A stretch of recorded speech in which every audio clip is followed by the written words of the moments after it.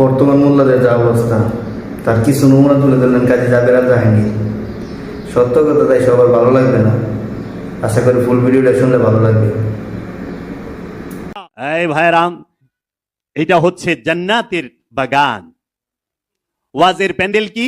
ওয়াজ মাহফিলের প্যান্ডেল জান্নাতের বাগান। জান্নাতের বাগানে আপনারা বসছেন। জান্নাতের বাগানের চতুর্দিকে ফেরেশতারা সারিবদ্ধভাবে হয়ে দাঁড়িয়ে আছে।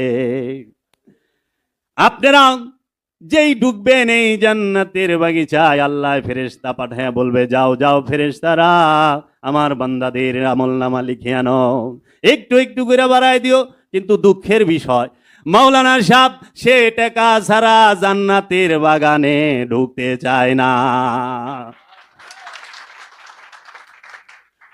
মাহফিল, ওয়াজের প্যান্ডেল, জান্নাতের বাগান, জান্নাতের বাগিচা, কিন্তু এই জান্নাতের বাগানে কোন বক্তা, কোন মাওলানা সাহেব ঢুকতে চায় না টাকা ছাড়া।